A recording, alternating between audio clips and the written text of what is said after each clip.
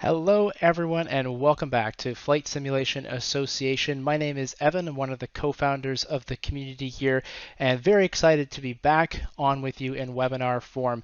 It has been quite a while since our last one of these. Our last webinar happened back in July before Flight Sim Expo, so lots has happened in the world of FSA since we were back in this hybrid virtual format, and it's good to be able to be talking to you all again and to say hi to some of the FSA captains in the chat a couple of moments ago. We're on today with Phil Hume, the founder of the AuthentiKit project, talking about a really interesting subject that I think is totally taking off in our world, and that is three-dimensional printing or 3D printing, something we've seen happening a lot more over the past several years as the technology has gotten cheaper, more affordable, and more accessible to people. Now, you may have heard that we started talking about this actually a couple months ago when we had Tony on talking about his 737 build. And in the 737 that, yes, he's built in his garage, believe it or not, he was using a 3D printer to build some of the components for that. Phil is going to take that concept even further today. Phil is primarily a virtual reality simmer, so he loves putting on those goggles and does almost everything in the sim in virtual reality. And what he found is that when you're looking at a certain flight control through those VR goggles, you'd love to be able to put your hands on something and feel the exact same shape that you can see. Of course, we've seen in the past several years now way more commercially available hardware options from Thrustmaster, Turtle Beach, Honeycomb, those types of things.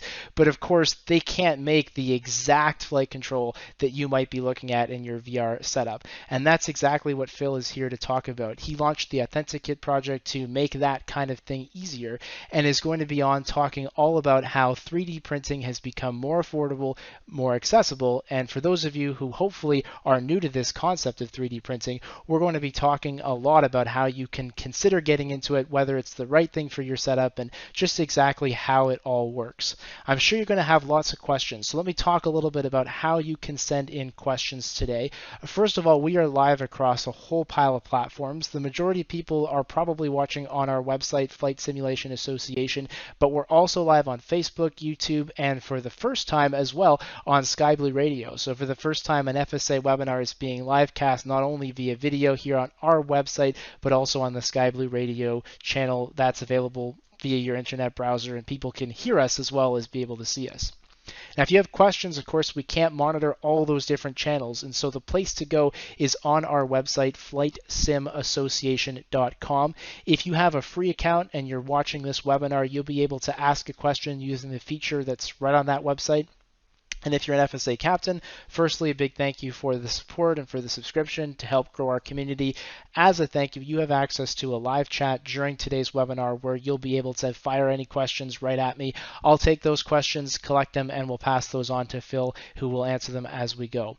So with that introduction in mind, I'm going to bring Phil on today. Phil, it's been nice chatting with you over the past couple of weeks, getting everything all set to go. Welcome to Flight Simulation Association. Thanks for being here, and how are you doing today, Phil? Yeah, good. Thanks, Evan. Yeah, I'm Excellent. doing just fine. Happy Black Friday. I know it's not necessarily Thanksgiving for you over in the United Kingdom, but for those of us here in North America, it is. So we apologize for interrupting your holiday shopping deals, and we won't keep you for too long. Phil's battling a little bit of weather, so we're keeping our fingers crossed that the wind and weather doesn't cause any issues. But Phil, we're looking forward to hearing what you have to say about 3D printing and about this project that you've created. So let me allow you to tell us everything you know about 3D printing, and I'll be here watching along with you. Okay, thanks, Evan, and thanks for the opportunity to present here this evening. I hope it goes okay. You're quite right. I'm hearing a gale out the window here. I'm in the north of England. We've got 60 miles an hour, and I saw the lights flickering about 10 minutes ago, and it's settled. But fingers crossed, we're going to press on with the show. Very good. So I've got the usual slide, the kind of who is this guy and is he worth listening to slide. But I thought I'd just kind of kick off with a quick overview of what is this presentation and kind of who is it aimed at.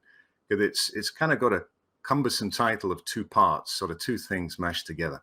So the first part is very much a beginner's guide to 3D printing. So if you don't know anything about 3D printing or just the vaguest sort of sense, and maybe you've seen one, it's pitched at that kind of level. And also, why is it relevant for flight simulation? And after that, if I've done a good job of it, you might be thinking, hey, this 3D printing seems to have a lot of potential, but then kind of it's just a useful tool, isn't it? And that should lead us on to part 2, which is AuthentiKit, because AuthentiKit is a flight simulation system. It's based on 3D printing. And that second part should be of interest to anybody, whether you've got 3D printing experience or not at all. So with that sort of backdrop to what we're talking about today, this is who I am. Yes, I'm a flight simmer myself, but if I'm honest, I'm kind of more of a tinkerer and an inventor than a simmer. I spend a lot more hours kind of designing stuff and messing with the rig and 3D printing things than I do the actual simming. I've got a background in IT and websites. I got into simming in 2016. I was looking for something interesting to do with my new Oculus Rift VR headset. So I picked up a copy of Aerofly FS2 and I was just blown away. I was immediately hooked. So I'm in VR and I still remember that sense of genuine vertigo I felt when you shouldn't really do this, but I opened the door of the Cessna 172 at 3,000 feet and wow. And from that point on, I was on a mission for ever more immersive simming. I remember thinking that I want this to feel so real that I break out into a cold sweat if I make mistakes. So I kind of wanted to be motivated to fly like it was the real thing. So that kind of took me down a path of motion platforms. I spent a bit of time contributing to the X Simulator forum. A couple of years back, I created a G seat, or my version of one. And that's a thing that generates a G-force sensation in your back as you accelerate, or the seat of your pants if you pull a tight turn. And the designs for that are available on xsimulator.net for anyone who wants to make one. And basically, it was that project that eventually led me to 3D printing, which in turn led me to found AuthentiKit about a year ago. So there's kind of one more about me thing, which is pretty relevant because most people know AuthentiKit as the Spitfire project. So yes, I'm a big Spitfire fan. I think it probably seeped into my blood from an early age, as I had a Spitfire magnetic compass sat on my bookshelf throughout my childhood. And then in 1985, I wrote this game for the Amstrad 64, Spitfire 40 it was called. Went down fairly well in the UK. I don't know about overseas.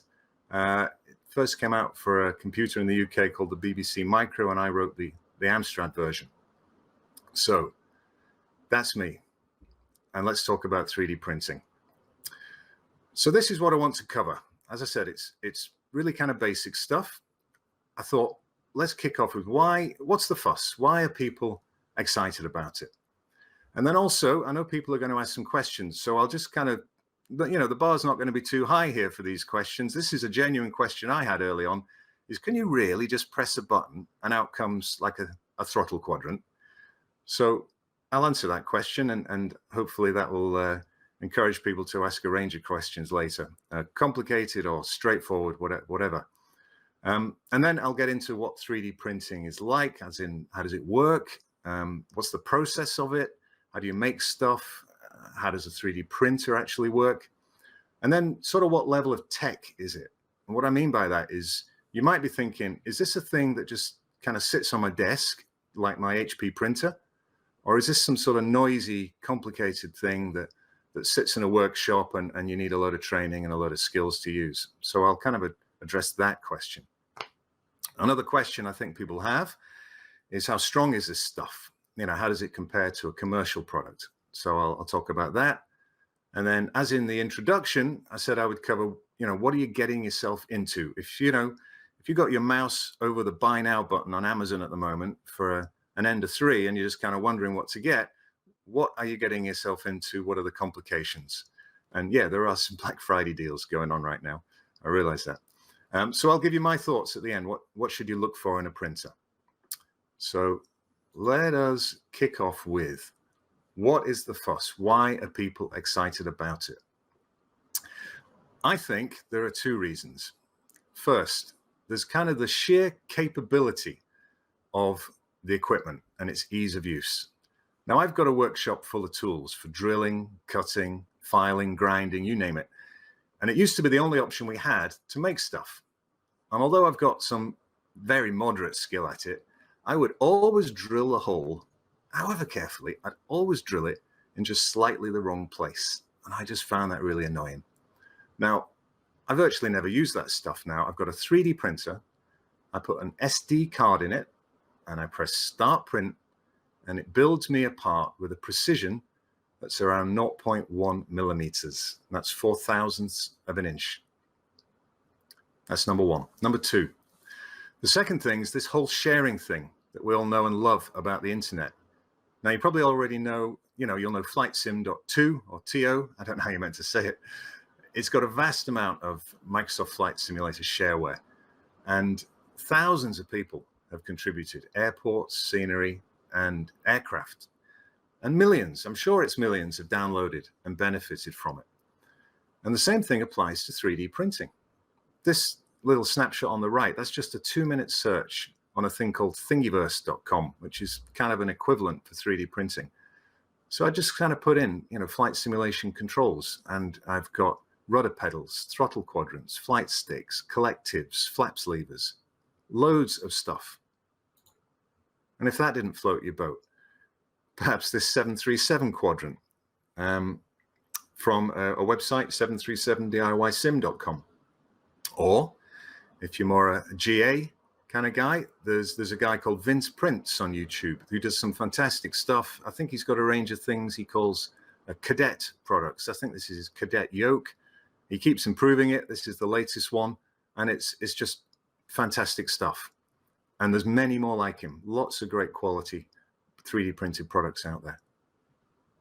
So let's talk about how it works, and let's ask that question. Can you really just hit a button and out pops a flight stick or a throttle quadrant? And the answer is no, you can't. But think about what comes in the case and the innards of, say, a honeycomb yoke. It's got a plastic case, it's got a plastic yoke handle, and there'll be other structural parts that will be plastic. And you can 3D print these things. Then there's structural items that are steel or alloy, and some of these you can 3D print. But you aren't realistically going to 3D print a spring or a switch, and you're not going to 3D print a USB interface. But these things, these springs, bearings, and so on, they're usually cheap commodity items that you can just get off Amazon and eBay. The expensive stuff is the engineered and the designed parts that people are now sharing, and you can print these things for pennies. So let's talk about how you would make that happen. And for me, this was kind of one of the tricky things just to initially get my head around. Nobody just sort of gave me that A to Z of where does it start and how does it come out the end. There's basically 3 parts to it. So this is the first one.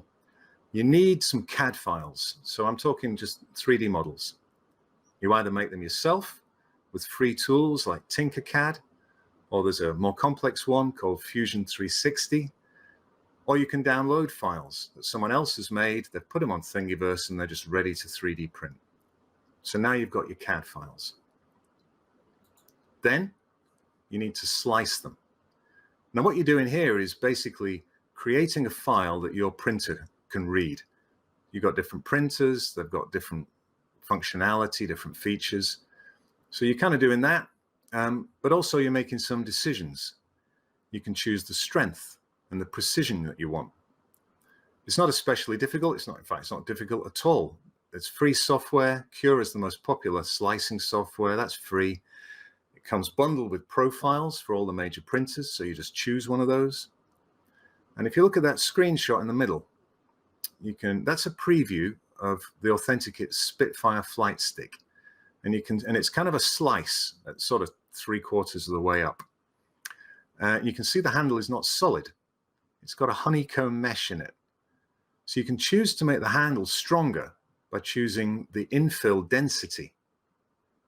So it's not 100%. This might be 25%, which is actually very strong for a chunky object like this. So these are the kind of decisions you make with the slicing. And when you're done, when you've completed the slice, you get a file that has a .g code suffix. You stick that on an SD card, you pop it in a printer, and you just hit print. Now the consumable for the printer comes in many forms. It's called filament. There's carbon fiber reinforced stuff, carbon fiber reinforced nylon. There's ABS, which the auto industry uses a lot. But most people use a material called PLA. And that's what I use 99% of the time. It's a form of bioplastic. It's derived from plant sugars, and a kilogram of that costs you about $20. And you saw that the objects are not solid. So a kilogram actually goes a long way. Now, so that's kind of process. What I thought you might want to see, not everybody's seen this kind of thing before, is what does the printing process look like? Now, you might be aware that it does things layer by layer. And part of that slicing was to choose the layer height. It's because that's sort of a trade-off between speed and precision. Now, if you choose, one of the high quality profiles of the slicer, you'd probably be doing a layer height of 0.12 millimeters. So it's really quite fine. And that's what I nearly always use. So just to sort of give you a picture about what it looks like as it builds, I've got a short video clip here. I won't speak through it. You can hear a little bit of whirring in the background, so I guess that gives you a sense of how noisy it is.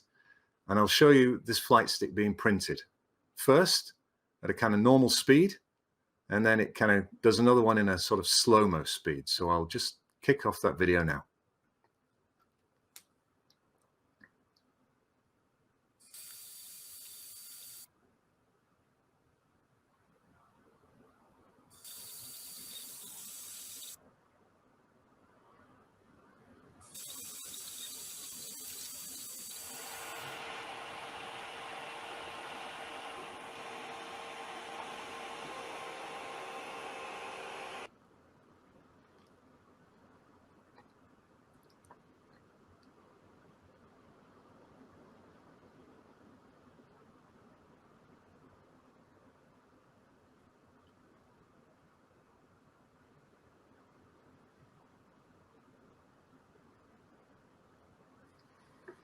I still love those slow-mo things. I think they look great. Okay, so that's what is going on. Let me talk a bit more about what level of tech is it. Is it like this printer that just quietly sits on your desk and it just prints stuff and you don't need to know anything about it? Although, having said that, mine's always playing up. Or is it more like the thing on the right? It's sort of noisy, it's heavy, it's expensive, you need a lot of skills, a lot of training, that kind of thing. Now, I would honestly say it is way more to the left-hand side than it is to the right-hand side. I really wouldn't worry about the software slicing side of things. If you can handle a flight simulator, you can handle the Cura slicer. As for operating the 3D printer itself, my own experience was I bought the cheapest one around. It was an Ender 3 by Creality, under $200. And I had a kind of honeymoon period, which lasted several months. Everything just worked absolutely fine. Great prints coming out. Over time, you do need to give them a little TLC, because over time, you're going to certainly experience some niggles. And I'll talk more about those later on. But again, if you've got the patience to optimize your settings for a flight simulator, I really think that most simmers have the mindset to cope with 3D printing. Now, I talked about noise. That previous video was pretty quiet. I don't think that was an Ender 3, or it might be a tweaked one. My Ender 3 was a bit noisier than that. And strangely, the loudest thing was the electronics that drove the motors. I've got an Ender 6 at the moment, and the loudest thing on that is the fan. And that's kind of a bit louder than a PC fan. So let's talk about strength and durability. Kind of simply, you can have it as strong as you want it. If you want something as strong as a metal alloy, you can choose a carbon fiber reinforced filament or a polycarbonate, as in the jack on the right-hand side there, lifting 529 pounds. I'll include a link in the FSA documentation that kind of goes with this webinar to a page on a website from all3dp.com. It's a great website. It's got tons of resources. They're always reviewing filaments, printers, and that sort of thing.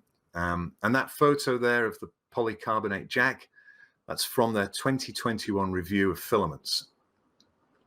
Now, you've got a lot of control yourself, actually, about strength. You can choose the infill. We talked about that before. You saw that the honeycomb thing, you can go up to 100% infill if you want, or a lesser infill. And then kind of the walls. The walls are sort of the outer circles, like concentric circles on the outside that have got the honeycomb mesh in the middle. And the more walls you have, the stronger it is. So you can make decisions like that. And yes, you can also choose the filament. Now, I said that most people start with a very common filament called PLA. And I found that perfectly strong for my needs. And it's very easy to print, which is why a lot of people use it. Tensile strength is fine. So I'm talking here like, can you snap it? If you design it right and you print it right, this stuff's very hard to snap. It can yield over time, though. So kind of what I mean there is like if you're making a clamp, something is going to be pressing down and sort of constantly under strain. I've designed a few clamps and I've tested this many times, and it does yield a bit. So you might want to switch to a thing called PETG there. It's a different kind of filament. It's not crazy expensive either. It's the same sort of money, really. It's slightly fiddlier to print, but still very reasonable. The only other thing to say about PLA is that if you leave it in a sunny window on a hot day and it gets very hot, I think the figure is 55 degrees Celsius or 130 Fahrenheit, it can go soft and then you can have trouble. So I kind of keep my stuff away from a sunlit window. PETG would go higher than that, but I still use PLA for almost everything. So yeah, there's a link to filaments, which I will provide for people to check that out. Okay, so that's strength. I've talked about the softening of PLA. So let's talk a bit more about problems. Have a look at the picture on the right there. Anybody who's done a lot of 3D printing will have seen this kind of bad hair day thing. So what happens here, typically you get that when you get a thing called first layer adhesion problems. So stuff is getting printed one layer at a time. So the very first layer, this 0.12 mil, it's being pressed down and it's kind of pressed onto the print bed. And it has to kind of squish, and it has to squish flat, and that makes it stick to the print bed. Now, if you don't get that first layer sort of flat and sticking, then as the nozzle moves up and it tries to print the next layer, the first layer can start to come a little bit loose. And as you do more and more layers and it's still not sort of sticking properly, you get to the point where the first layer just slides out of the way, and then the nozzle's printing in thin air, and you're just squirting string everywhere. So that's a thing that you kind of learn about, and you just learn how to, in fact, it's very linked to this next point, really, because most of the time it is about this next point, which is called bed leveling. Basically, you could have that nozzle just at the right height, and it's just squishing nicely and pressing and adhering to the bed in one corner, but things aren't slightly in sync on the rest. And then the opposite corners, say, has got a bigger gap. So when you try and print something in that corner or print a piece in that corner, it doesn't stick there. So it starts to warp and lift, and then you get that first one. So these are just some of the things that you learn in the early days. And there's procedures to follow, and there's little bits of software just to do that. And there's other things. I'll mention something else on the next slide as well that'll kind of help with that. So those are kind of two things you learn early on. Phil, let me just ask a question courtesy of Yeah. FSA Captain Steve. This is going back to the subject from the previous slide about decay. He asks if painting PLA would increase its resistance to decay. Resistance to decay. Is he? Yeah, I mean, I'm not so sure about decay is a huge thing. I mean, they talk about these things being biodegradable, but in theory, I think the biodegrading and the decay goes on for, you're talking many years. I don't think painting makes a big deal either way. It might give it a little bit of protection from sunlight, if that's what we're talking about. Yeah, that could help. But it's more probably the heat, I think, than anything like sort of rays, ultraviolet or that sort of thing. Yeah, so I think the question was around, like you said, the heat issue, which I'm not sure the paint can really help. But he does ask a follow-up on painting, and he's asking about how PLA and PETG react to painting, and is there a specific kind of paint you think that might work better on one versus another? Yeah, I haven't. I've got to say, I haven't done a lot of painting myself. I've spent hours designing and printing stuff, but I don't really have a lot of patience. So This is something for people who don't have a lot of patience. There are a lot of guys in our Discord forum who've done some fantastic painting jobs. They've got like modeling experience and so on, and they've kind of painted these things and done some stenciling and that sort of stuff. So if you wanted to join the Discord forum, and there's a link on the AuthentiKit website, it says community powered at the top, and there's a link in there. We've got 600 or 700 people in there, loads of experience in that area. So I'd suggest sort of going in there. Perfect. Thank you very much. And Steve, I'm sure will join that. He's been a good supporter of ours, and he's definitely, I think he's part of the X-Crafts team, if I remember correctly. And Steve, you can feel free to correct me in the chat here if I'm selling you out. But I think he's been a good supporter of ours, and I'm sure he'll be interested in be able to follow up on that question. So thank you very much. I've got a few more questions that have come in that I'm going to save for the end, but folks, feel free to keep on sharing those through. And Phil, let you keep going. Great. Okay. Yeah. And thanks for the question. I'm happy to take sort of one or two throughout, but yeah, and I'll take loads at the end. No problem there. Yeah, I'm not going to do everything here. It's not an in-depth analysis. What I would say is when you choose a printer, choose a popular printer. I talked about an Ender 3. That's a very popular printer, because what happens is you get Facebook groups and Reddit groups around those printers. There's guys with deep knowledge about the things that can go wrong, and you just get loads of help and loads of support from those. So I just sort of picked out 2 or 3 things here that sort of crop up. And I'm also going to link to those on the next slide, where I'm going to make some suggestions about printers. So there's kind of a linkage there. Yeah, layer shifting is a thing that can happen. I've had some problems here. And again, I didn't have it for months. And then later on, if you don't give your printer a little bit of TLC, it's a bit like if you think of the print head on your inkjet printer, there's that little rubber band that kind of slides it back and forth.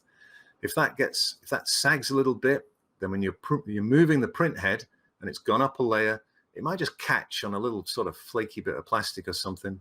And if the band which is moving it is a bit sort of soft and it's not sort of pulling it firmly, then the print head doesn't travel as far as it should travel. And then suddenly it's printing everything in just slightly the wrong place. And another way that I had that was that as you move up, you need to move up the full amount each time. Because if you don't move up that full 0.12, then you're definitely going to catch the lower layer because you haven't lifted above it. And then you get the same thing, that you've caught the layer below, and the print starts happening in a different place. So, but again, generally, just you don't tend to get these early on. You have some successes, you learn about your printer, and there's people that can help you if you have any kind of trouble with that. So those sorts of things are, you've got a broken piece when that happens. But there's other things which are a bit more cosmetic.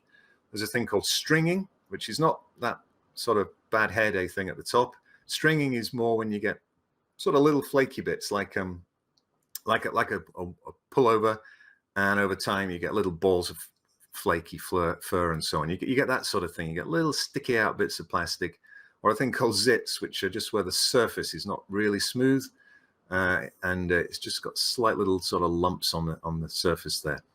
And there's a calibration process which you can kind of spend as much or as little time as you want, just to sort of get a smooth finish. And again, you kind of learn that, and your printing quality gets better. And then probably the big one, kind of brace yourself for this, is it does take time. It's a time money. You can print this stuff for pennies, but like that Spitfire spade stick, you print that overnight probably. But there's kind of a plus and minus of that. It's still a fantastic thing. You kind of come and have a look at this thing in the morning. It's been printing overnight, and magically just sat there. You got this beautifully engineered piece of equipment that looks like you should have paid serious money for, and it's just sat on your printer, and it's costs you like $1 of filament.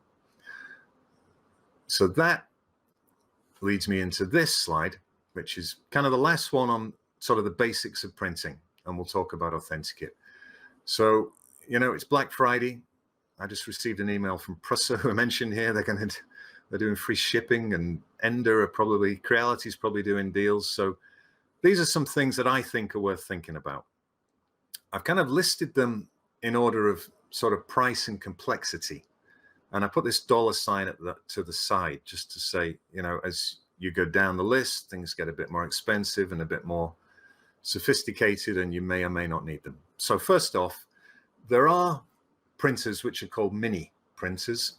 Prusa make a mini printer, and they have a smaller print bed, and they're great for a lot of things, but generally for flight simulation products, you're often printing a panel that has got a kind of larger footprint. So you don't want a mini, really. I kind of early on tried to do the AuthentiKit stuff to fit a mini printer, but I sort of had to give up after a bit. That doesn't mean big money, though. Most printers, even the most basic ones, have got a print bed of like 220 at least. I think the Ender 3, it's 225. So you've got a kind of square-ish bed, 225 by 225. And generally the height is at least the same. So the overall volume is kind of 220, 220, 220. So you'd want to be going for that sort of thing. And that's really not going to rule out pretty much anything you'd want. The other thing that's now very commonplace, and Evan, you talked about how the technology's coming along and the price is low, is a heated bed. So that wasn't quite so popular a few years back, but now you'll get that with almost anything. The heated bed's good because when you press that first layer down, the bed gets heated to like 50 degrees C or 60, and it means that that first layer adheres better. And with also the type of bed, a glass bed is now fairly common, and I use a glass bed. That's good. Or there's another thing called PEI, which is a little bit more sophisticated and also very good. What these things do is the first layer, when it's hot, it sticks and it holds the print solid, so you can build it up, and and it might get to 20 centimeters high and it's solid and everything's working fine. And then when the print's finished and the bed cools down, and that bond between the first layer and the bed just sort of eases, and the thing just lifts off without any trouble. That's the ideal. Actually, I find that works for me with my setup, but a heated bed's a definite thing. Now, moving on to things where you sort of step up a little bit, slightly more expensive printers would be auto bed leveling. So I said on the other slide that the bed leveling process is something that you do. You can get a printer that does it automatically, so that makes life easier. I talked about layer shifting, and I had it. I don't hear about this a lot as people saying, hey, this is crucial, but I personally found it, and maybe from an engineer's point of view, I think it's an important thing. I don't know if my mouse is coming through here. Is that mouse coming through, Evan? No, okay. I'm kind of got my mouse over the, maybe it's somewhere else. No. On the picture there of the printer, you can see this kind of crossbar, this gantry thing. It's about 2/3 of the way up. Now that thing lifts up. That's the thing that goes up 0.12 each time, and it lifts up the nozzle. And on the cheaper printers, there's a little thing called a Z screw on the left-hand side, and it rotates and it causes it to lift. Now I just kind of feel that, and when it does that, it's pushing from one side and it's kind of hanging off the other side. I just find that the better ones, which you've got a screw on each side, so both sides are lifting, giving it an even amount of lift, and you've got less chance of sort of friction and a bit of snag. And I had some problems with that, a little bit of friction. Kind of if you put a drop of machine oil and you give it a bit of TLC, you sort of shouldn't have that. But I think a better printer has dual Z screws. I'd like to see more printers have that, actually. And then stepping up again, not into crazy money, but sort of into the top end of the level that people are probably thinking of for this kind of project would be what's called a direct drive extruder. So again, looking at that picture, in the middle of that gantry thing, you might be able to make out it's kind of got a fan shape on it. That fan sort of shrouds the print nozzle and out squirts this very fine filament. The filament's pushed out by a motor, which pushes the filament through. Now, the motor is not usually on the cheaper printers right next to it at that point. It's set further away, and you can see a little tube there, and that's called a Bowden tube. And the cheaper printers use this Bowden tube setup. And what tends to happen there is that you're pushing the filament through the tube, and it's got a little bit of wiggle room in the tube.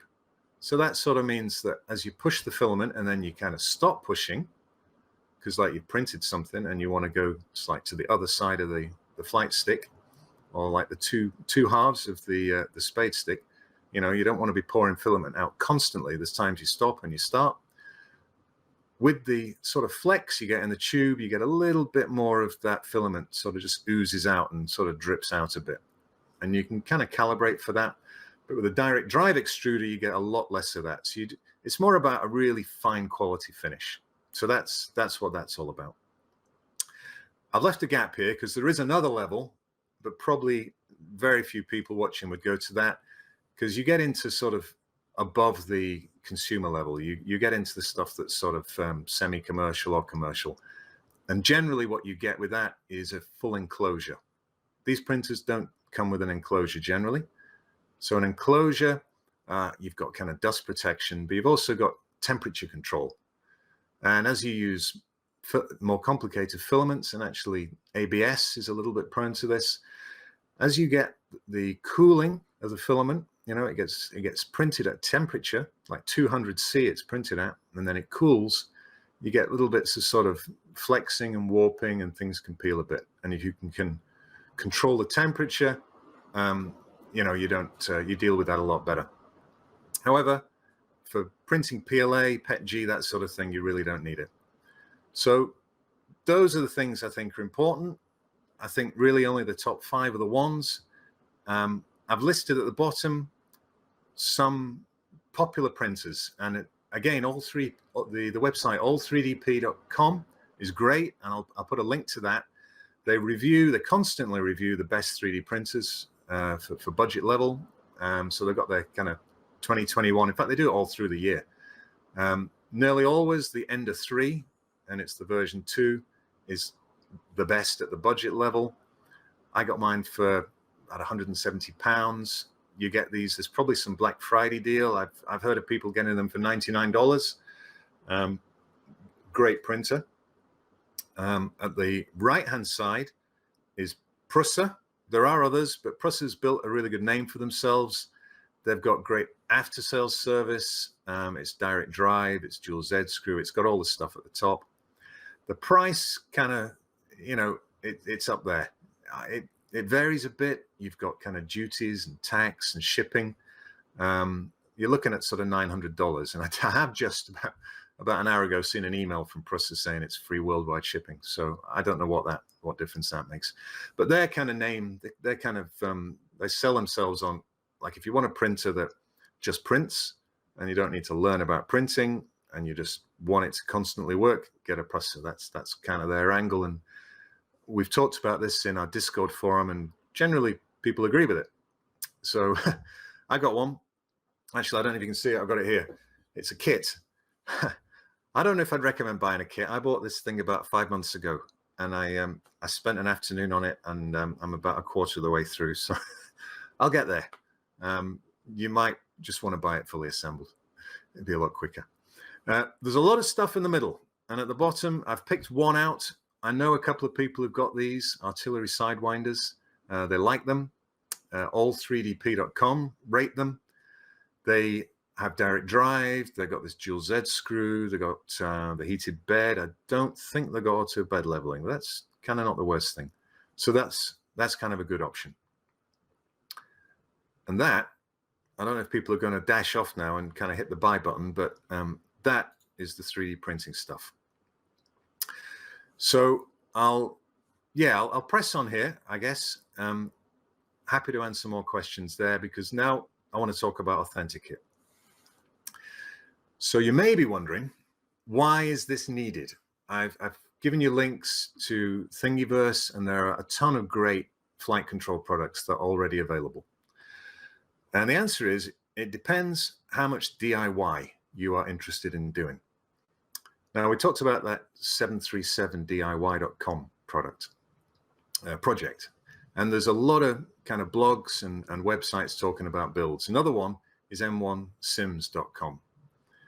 And here's a page from Brian Dressel. He said I could use this photo kind of midway through one of his prints. Now, this isn't just a single throttle, but I thought it was a single product. He's doing a whole kind of instrument panel here, but it still kind of covers all the things that you're going to be doing for most of these projects.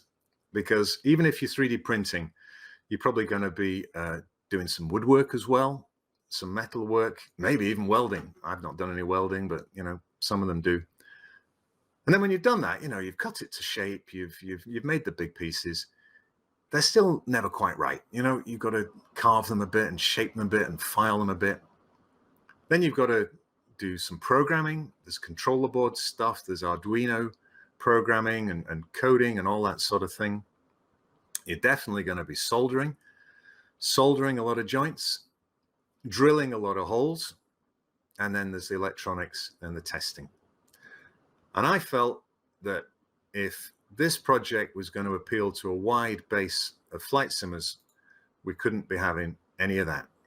So early on, I made a decision that this project would have no cutting, metalwork, soldering, programming, drilling, any of that workshop stuff. This is stuff for the kitchen, not for the workshop. This is for your kitchen table or your dining room table. And also I figured, just to have the widest appeal, most people do not have a garage where they can set up their cockpit. It goes on a desk, and then sometimes that desk needs to be used. So it needs to come off the desk pretty quick as well if you need to use it for something else.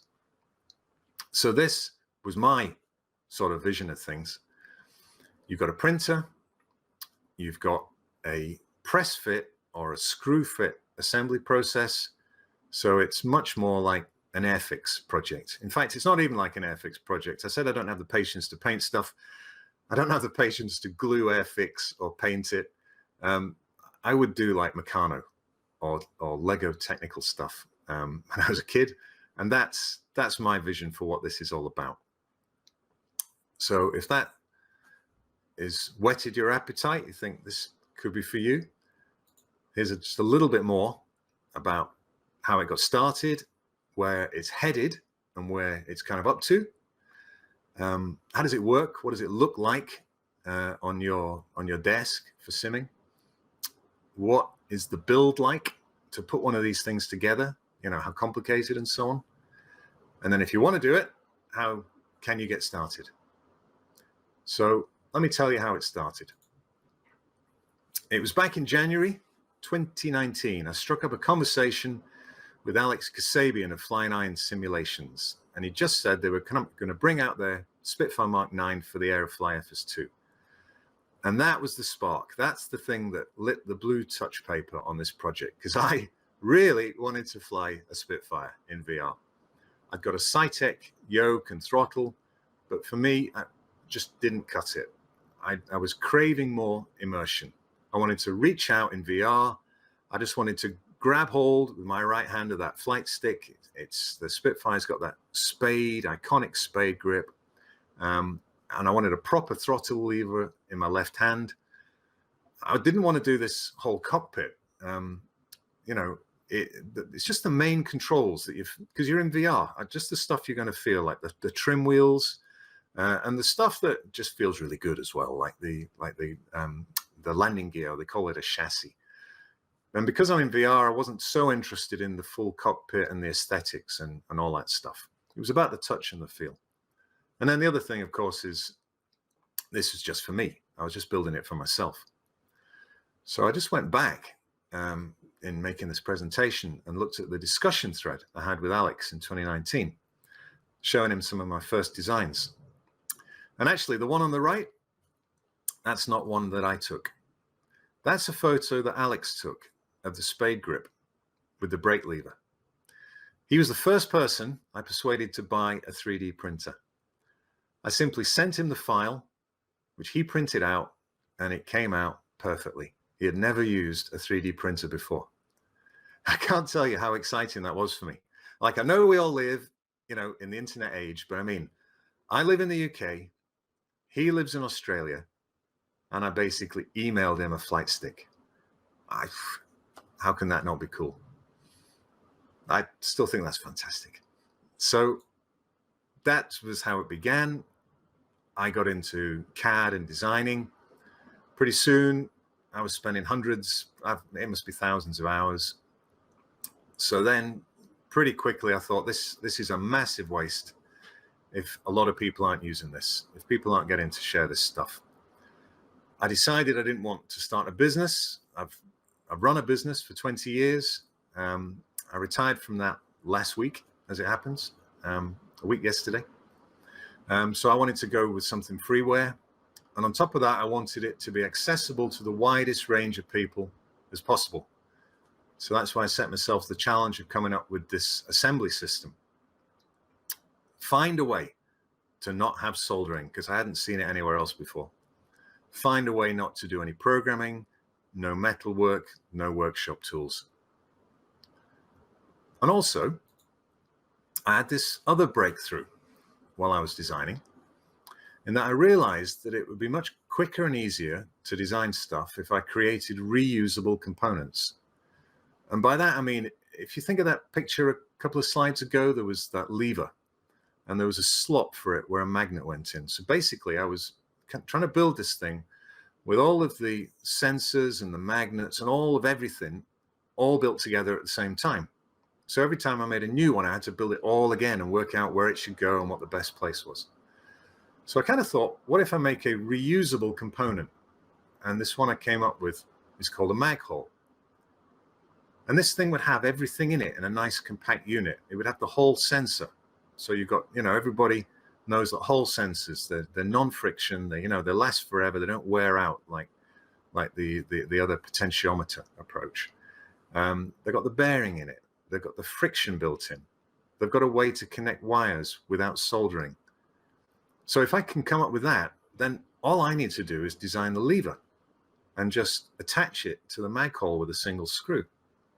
And then that made me think, well, hey, what if I give away the design for these mag holes, the source for it all, and all the various other components I've come up with? Because anybody, particularly kind of freeware developers and aircraft developers who've got Blender skills or other kind of CAD skills, they could simply drop these components into the CAD and the designs that they're already familiar with, and they could create authentic replica flight controls without needing to understand any of the engineering or any of the electronics. So one of the things I'm doing now is I'm creating a series of SDK type resources with downloads that you can drop into, say, Blender or other products, design standards, and just things for people to follow. So they really just need to design the lever. So that kind of gives you a hint of where this is going, because it's going, I hope, everywhere. You know that we've got a fairly comprehensive set of controls for the Spitfire. I was talking just this week to a lead developer at Just Flight about doing controls for their Hawk. We're talking with Eagle Dynamics. We're working on a Mosquito fighter bomber set of controls. We've got a great collaboration with Aeroplane Heaven. That was the Spitfire Mark 1A. We're making good progress on the Mustang P-51. And it's not just about warbirds. I've made great progress on a set of controls for Robin DR400. In fact, some of that stuff's behind me here. And I'd love to have a set of controls for, well, yeah, basically, let me put it this way. The vision is, if there is a vintage or a classic aircraft that you really love flying, you're not going to build everything for everything, but if there's a few things that you really love flying, then someone somewhere has made an AuthentiKit compatible set of controls that you can download for free, print and assemble in an afternoon at your kitchen table. That is where I want to take it. So let's get down to some of the basics of this, the physical, tangible stuff. So this thing I've called the Universal Hub. It sits on your desk. You'll see the size of it in a second. You get the gist of the size. It's not huge. Like everything else, it's 3D printed. The sockets, they plug in the side. The internal wiring is press fit. This basic version has got an input for 10 controls. You can interchange any flight stick from one aircraft with any other. Same for the quadrant, same for the other controls. I've been looking to keep the cost low at every point possible. So there's a circuit board in this. And the circuit board's about the only thing that costs more than a couple of dollars. And it's still only $30. But most controls have got one inside every control. So in this approach, there's one of these inside the Universal Hub, and you just need one that runs all 10 controls. And that brings down the cost hugely. So in the controls, there aren't electronics, not real electronics. There's no chips or anything. You've just got switches and sensors, kind of the cheap stuff. And then the controls connect on the outside just with standard network cables. So it's standard stuff wherever possible.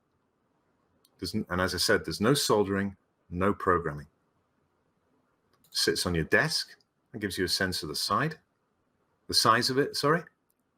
It clamps down with a regular monitor stand. Same sort of thing that you'd mount a PC monitor with, something you get off Amazon.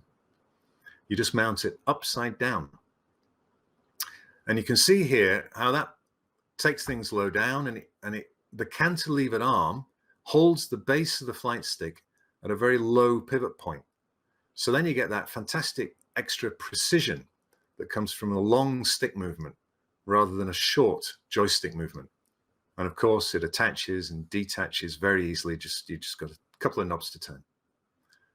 And then for the controls, which are on the side of the cockpit, the left or the right, you've got this extra pole that attaches at right angles. You mount the trim wheels, you mount the quadrant, and all the other things that go on the side here. So that's how it looks at your desk. And this is what's involved in assembling it. You get a download you choose what you want, the flight control you want, you get a download. It's got assembly steps, it's got diagrams. You print it yourself, or there's a thing I'll explain in a second a little bit more called community print services. So you can get the printing done by someone else if you don't want to have your own printer initially. I do think it's a good idea to get one later, but you don't need to start with one. Then you've got to source the hardware. All of that stuff, it's commodity stuff from Amazon or eBay. But again, I didn't want that to be an obstacle because there are quite a few bits. So there's a third party called simkitsupplies.com, and they make a box, and for whatever control you want, it's got everything in it just for that box, for that control. And it's cheaper than buying the bits yourself. And then you assemble it. Now, I say in an afternoon. In fact, many of the controls are much less than that. I mean, obviously, I'm used to this. So the Spitfire quadrant takes me about 45 minutes to assemble. But I sent a kit to a YouTuber called Tactical Pascal, who's a big DCS simmer, and he's got a great channel. And on his video, he tells us it took him an hour and a half to put that Spitfire quadrant together. So for me, that's kind of the bottom line. That's what success looks like, is that just regular simmers can put this together at their kitchen table. And this story, I just really love this story. It's a great example of it. There was a guy who saw my video about making a flight stick. It was the first one. And he said, I'm a Warbird fan. This is just right up my street. This really strikes the right chord for me. But sadly, I've got two left hands and I don't have time for this. And then on Discord, so that's a comment on YouTube, and it was about a month later, he joined our Discord and he goes, update, I just rebuilt the pitch assembly. So that's the pitch and the roll of the flight sticks. The pitch was a little bit sticky at first. He says, I just rebuilt the pitch assembly and now it flies as smooth as can be. I just buttered the 3-point landing on the first go. Incredible. He's in Belgium, so he promised a Belgian beer to one of the guys who've been particularly helpful to him. That is what I'm looking for, and that has been the success I feel that we've been getting with AuthentiKit for many, many people. And this guy did not have a 3D printer. He used this print service. Somebody printed the parts for him. That's just a photo of a set of parts, plastic parts. He used SimKit supplies. He got a box with all the bits in, and that's his photo of his flight stick, his Spitfire flight stick. So, if you're tempted, this is how you could get started. So do you buy a printer or do you wait? Well, if you don't want to buy a printer first, and it's definitely the cheapest way, pretty much what you pay to buy the parts from somebody, because it's about the time. It's hours and hours to print this stuff. It is cheaper to buy a printer, certainly an Ender 3. But if you don't want to do that initially, you just want to sort of build something and check it out, we've started a thing called the AuthentiKit Community Approved Printer System. It's not a profit thing, it's just an arrangement with simmers and people on Discord who've printed this stuff. They know what they're doing. They're located around the world. We've tested them for quality. So they've sent some things, not to me actually, but to a colleague of mine, to kind of show that their print is up to standard and they're calibrating correctly. So there's a kind of a quality step there. They've agreed to print for a fixed low price. So there's no sort of, hey, who are these people and what's it going to cost? There's a fixed published low price, and it's on AuthentiKit's website. And they've said they will print for that price. So there's no uncertainty there, and they'll offer a warranty. So I wanted to set that up just to give people the option of a way of starting without having to get a printer. So that's the thing you can do. I would join the AuthentiKit Discord. I'd suggest that. That's a great source of support. There's also a forum coming soon. Not everybody loves Discord, I know that. So I'm going to set up a forum very soon. You're going to need that monitor stand. Just get that from Amazon. There are links on the AuthentiKit website. There's a slightly different one in the US to Europe, but that's still easy enough thing to get. You'll still want to download the relevant files from AuthentiKit, whether you print the CAD or whether you just need the instructions, because the download includes everything. So get that anyway, and you get the instructions on how to build the throttle quadrant or the flight stick or whatever. And then buy a kit. As I said, I recommend getting it from SimKit Supplies. It's cheaper than getting it yourself. And the reason for that simply is you buy it yourself, and unless you buy 500 screws, you don't get a great deal. So my arrangement with SimKit Supplies was said, okay, I will recommend you, but you need to be selling this stuff a good bit less than people can get it from themselves. So that is a good option for you. And there's a starter kit available. There are certain products, they're called starter kits if you go to SimKit Supplies, and they even include the tools you need. So you don't even need screwdrivers. It includes, there's a little wire stripper you need, there's a magnet you need, Allen keys, they're all in there. So there's, you don't need anything else. And then, assemble it and go fly it. So then you just need to choose what you want. And this is where we're up to at the moment. I've got available now and coming next. We've got the Spitfire Mark 9, that was the first one. We've got the Spitfire Mark 1, pretty comprehensive set of controls there, including the stick. The latest one I finished was the P40B Tomahawk. We've got the trim wheels for that as well. Stick coming soon for that. Now this is a nice quadrant actually, because it's pretty versatile. I'm looking forward to flying it with the biplane in Microsoft Flight Simulator, the Waco YMF5. It's a pretty good fit for that actually, and the Piper Cub, and probably quite a few other GA aircraft. So that's a nice control if you don't just want to be flying a Spitfire. And then coming next, progressing really well, we've got some Mustang P51 controls in development, and my colleague Dennis is doing a great job leading a project for some Mosquito fighter bomber controls, and that's going to be cracking kit that is coming out there. That's very exciting stuff. Time-wise, we're probably pushing it for the end of this year for the Mustang Mosquito stuff, but I think there's a fair chance in January we'll have some of those controls coming out. So if you want to stay on top of where that is and where we're up to and when they're coming out, there's a website, AuthentiKit.org. All of the development stuff, the videos of how to build stuff is on the YouTube channel. Facebook as well gives us progress updates. I really kind of only put the build videos on YouTube. So if you want to know progress, use Facebook, and day-to-day stuff, some Twitter. I think I'm slightly over. So thanks for letting me run on a bit. I don't know if everybody's gone now and they're all off buying printers, but I'm happy to take some questions.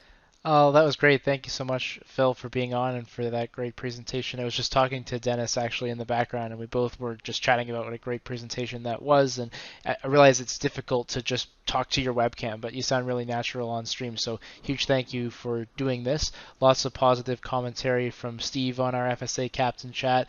Ralph, a first officer, sent in an email saying fantastic presentation and thanks for being part of this. Steve again saying awesome presentation right now. So I got a couple questions that I'll fire your way if you're ready to Go for take it. Yeah. those.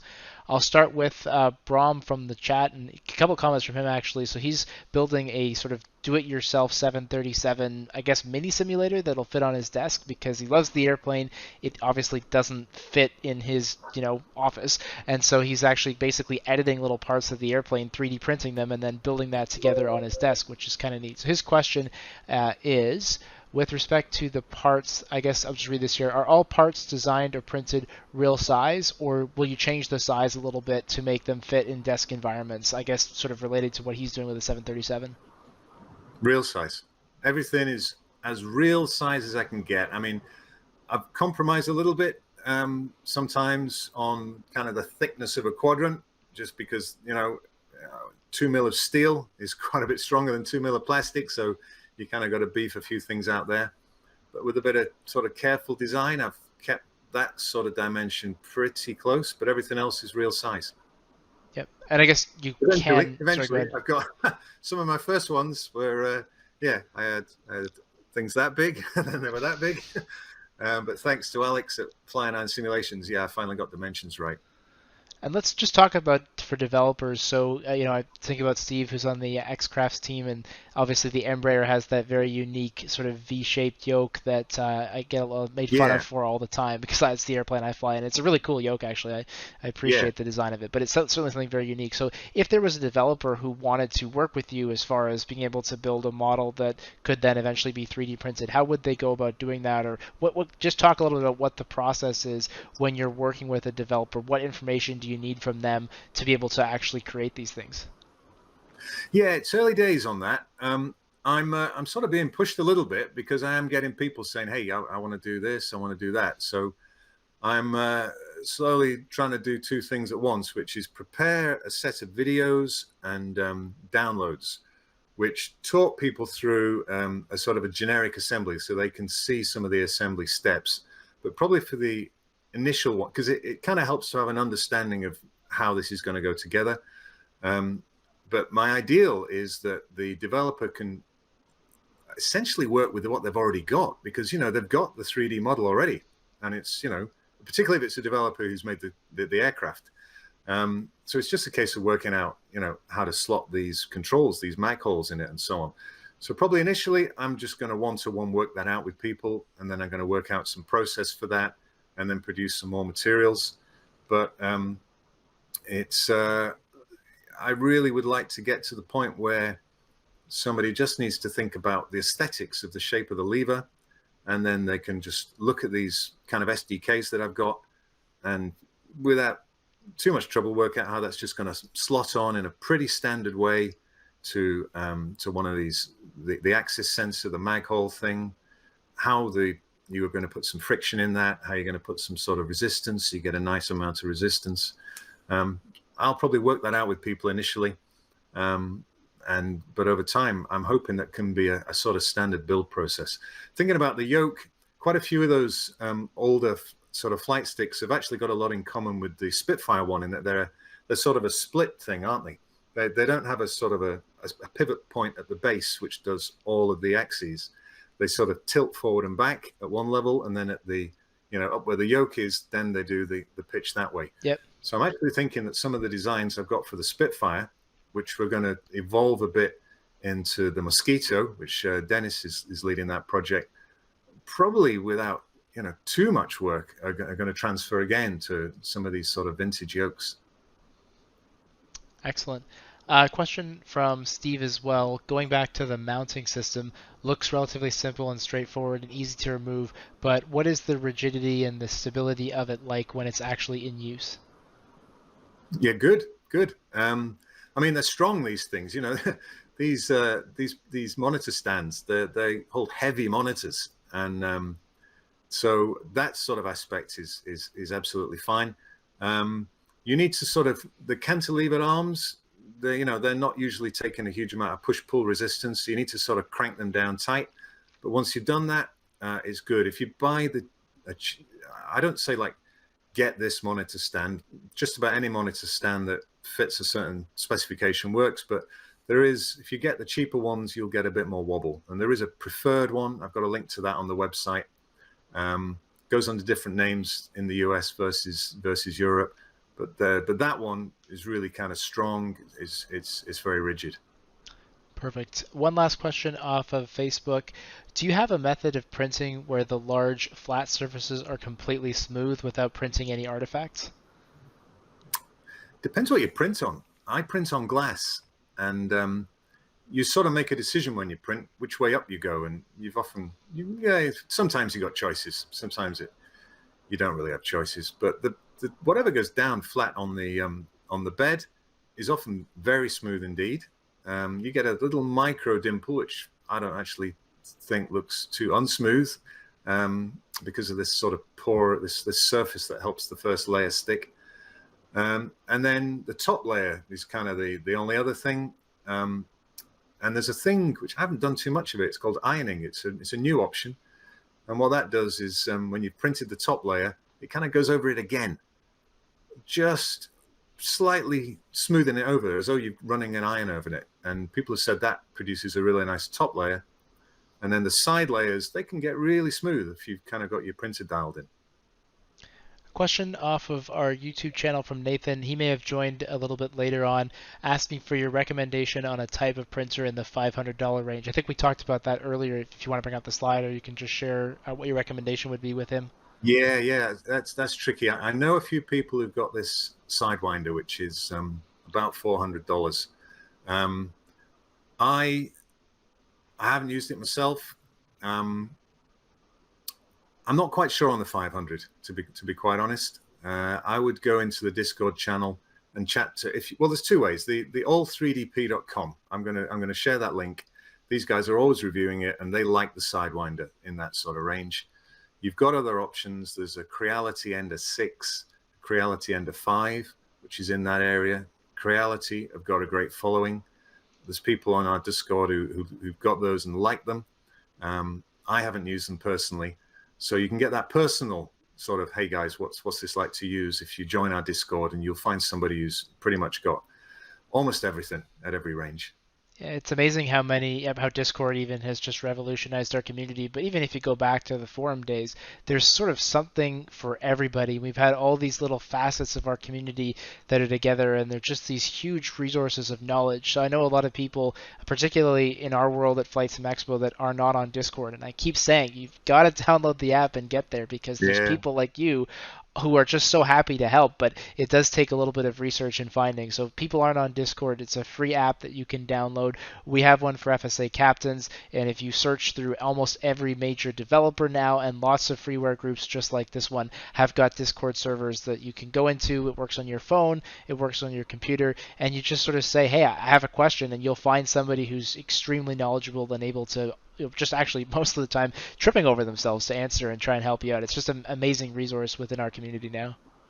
Yeah, it does. It kind of really encourages that community spirit, doesn't it? People are getting help from someone else, and they're willing to share it, and they have these channels, don't they? So if you've got a question about building something, post it in that channel. If you've got a question about what printer to get, post it in that channel. Yeah, it's a great resource. One last comment, I think, from Dennis here. This is going back to the discussion of Steve's question around how stable the monitor sort of arm is going to be for people. Dennis just wanted us to mention that mounting system is the same for all platforms. So I don't know if you wanted to expand on that at all, but I just thought I'd pass on that comment. Yeah, the idea that you just get that once. Yeah. Absolutely. Whether it's a Spitfire, or whether it's maybe this Embraer or some Cub or whatever, that's the mounting system. And what I didn't mention, yes, is we have this sort of quick release plate thing. So you don't have to sort of weld this thing down. It slots in firmly, and then it sort of slots out again. And you just swap it over, and you're not going to get flight controls for all the aircraft you might like and go buy. But if you've got 2 or 3 and you just want to swap between them, you can just do that almost as easily as loading up the software in the sim. Perfect. And just craning over here to look at YouTube, Nathan says, first of all, thanks, and also was just saying some kind words about being at Flight Sim Expo. So thanks, Nathan, for watching, and to all of our FSA captains, first officers, and members from around the world, those listening on Sky Blue Radio, more than 10 different countries on Sky Blue Radio right now. So a huge thank you to everyone for participating, and Phil for the very informative presentation. So just remind us one more time before you go, where can people find more information about this stuff if they're looking to find out about it and get involved? Yeah, AuthentiKit.org. Should we? Is it possible to pull up that slide? Because people sometimes misspell Yeah, it. for sure. I'll share that with everybody. Yes, there it is. And actually, just one final question from Ron, which just got it in under the wire here. Are you thinking about attending FS Weekend in the Netherlands in 2022, assuming COVID kind of clears up and everything else, since that's a little bit closer to your neck of the woods than Flight Sim Expo would be? Yeah, true, true. We'll see about that. The one I wanted to get to was the Cosford, RAF Cosford in the UK, but that didn't It's a happen great this year. show. Yeah. Yeah, that is a good one. But yeah, I would like to sort of bring this stuff to some shows and show people. Yeah, for sure. Great. I know Dennis was there at Flight Sim Expo, and he was able to show people a little bit anyway what the Spitfire Yes. can do. So Yeah, that was hopefully, great. as that event continues to grow, and just generally as events kind of come back a little bit, we'll be able to keep on sharing this with the world. Because again, just like everything else when it comes to flight simulation controls and hardware, you really have to sort of be there, see it, put your hands on it to be able to try it. I think that's what the benefit of these events is, and I know the FS Weekend Yes. especially, it's huge for this sort of do-it-yourself cockpit building. That's really what that show is about. So this is a great question, Brahman. I hope you get to go in 2022 if nobody else. I've been to Yeah, I Cosford a think couple times. I'm being inspired. Yeah, I've had the Good privilege of suggestion. going to Cosford a few times, but FS Weekend is one I've been wanting to do, and I think I was planning to go in 2020 or maybe the most recent one anyway that didn't happen because of COVID and Yeah. everything else that's going on in the world these days. Thank you again, Phil Hume from AuthentiKit, for that phenomenal presentation and overview of 3D printing. It was a pleasure to have you on, and we would love to, of course, have you back again. All the best with your freeware endeavors. Thank you to all the Flight Simulation Association members for participating today across our website, YouTube, Facebook Live, and Sky Blue Radio, with more than 10 countries represented on the Sky Blue Radio live feed. Huge thank you to you guys for the support. We look forward to seeing everyone at our upcoming cross-community panel discussion on December 18th or at a future Flight Simulation Association webinar. Have a wonderful weekend and happy holidays.